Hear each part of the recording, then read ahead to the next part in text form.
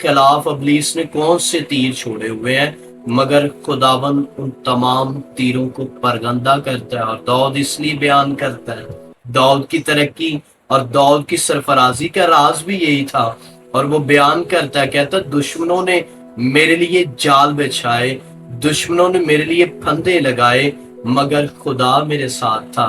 کیوں خدا ساتھ تھا؟ کیونکہ داؤد کی روزمرہ کی عبادت، اس کی ستائش اور اس کی حمد جو ہے وہ اسے اٹھا کھڑا کرتی تھی، اور دشمنوں کے تیر جو تھے وہ پرگندہ ہوتے تھے، ان کے پھندے جو تھے وہ شکست کھاتے تھے دشمن، اس لیے کیونکہ داؤد روزمرہ کی دعا کا عادی تھا۔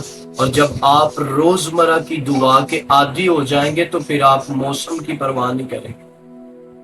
ذرا سی بارش ہو جائے تو ہم کہتے ہیں کہ آج ہم نے چرچ نہیں جانا، آج ہم نے عبادت نہیں کرنی، آج موسم بڑا خراب ہے، آج تو آندھی چلی ہے، آج تو یہ ہے، آج ہمارے گھر مہمان آ گئے۔ مگر یاد رکھیں، جو لوگ روزمرہ کی دعا کو ترک نہیں کرتے، جو روزمرہ کی دعا کو پروفر کرتے ہیں، وہ لوگ اپنی زندگی میں ہمیشہ کامیاب ہوتے ہیں۔ اور میں آپ کو یہاں پر ایک ایگزامپل بتانا چاہوں گا کہ ایک شخص تھا،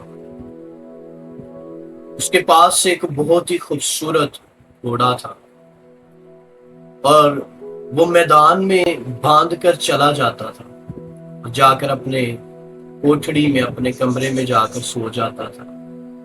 اور ایک دن وہاں سے چور گزر رہے تھے،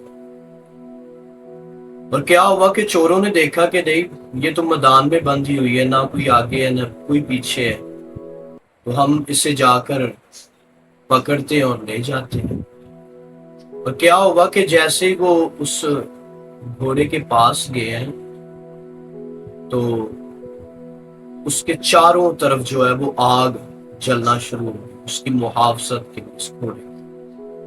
تو وہ بڑے پریشان ہوئے، انہوں نے بڑی دیر ویٹ کیا، پھر بالآخر ہار کر وہ اپنے گھر کو چلے۔ اور پھر ایک دن پھر وہی چور جب چوری کر کے واپس آ رہے تو پھر اسے میدان میں دیکھا، تو پھر ان لوگوں نے اس کی طرف بڑھے اور پھر آگ آ گئی۔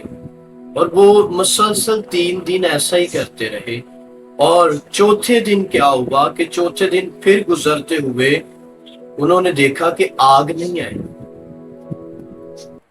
اور وہ گھوڑے کو کھولنے لگے ہیں، مگر ان کے سردار نے کہا کہ نہیں، آج ہم گھوڑے کو نہیں کھولیں۔ جو آگ اس کی حفاظت کرتی تھی، وہ آگ کہاں سے آتی تھی اور وہ کیسے آتی تھی؟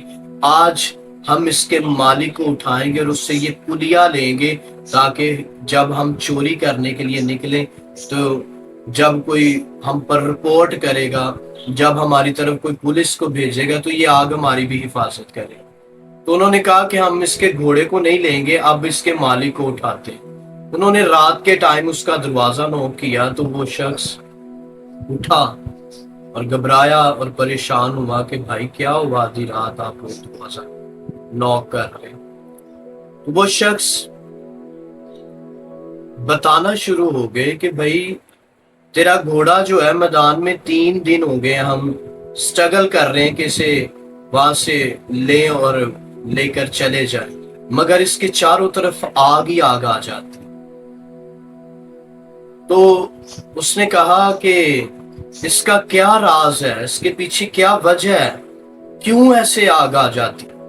تو پھر اس نے اس کو بتایا کہ میں خدا کا خادم ہوں، اور میں ہر روز رات کو دعا کر کے سوتا، اور آج میں نے زیادہ سفر کیا جس کے سبب سے میں بہت زیادہ تھک گیا تھا، تو میں دعا نہیں کر پایا، تو اس لیے پھر آج آگ بھی نہیں ہے۔ ہیلیلویا۔ تو وہ چور جو تھے وہ سنا انہوں نے، پھر سن کے وہ بدل گئے، اور انہوں نے پھر خداوند کی ستائش۔ یہ روزمرہ کی دعا اور اس کے نتائج ہیں، اس کا رزلٹ دیکھیں۔ جب آپ سو جاتے ہیں تو روزمرہ کی دعا جو ہے وہ آگ کی صورت میں آپ کے گھرانوں کو تحفظ دیتی ہے، آگ کی صورت میں آپ لوگوں کو برکت دیتی ہے۔ اور میں آپ کو بتانا چاہتا ہوں کہ پالوس اور سیلاس کی طرح آپ اپنی زندگی میں روزمرہ کی دعا کو لے آئیں۔ اگر آپ سمجھتے ہیں کہ آپ کی زندگی میں کچھ بھی اچھا نہیں ہو رہا، تو میں آپ کو بتانا چاہتا ہوں کہ پالوس اور سیلاس والی اپنی زندگی میں عادت بنائیں اور ہر روز دعا کیا کریں تاکہ خدا کی آگ آپ کی حفاظت کرے، آپ کے بیریلز کو، آپ کے چوبوں کو توڑے۔ So God bless you and take care.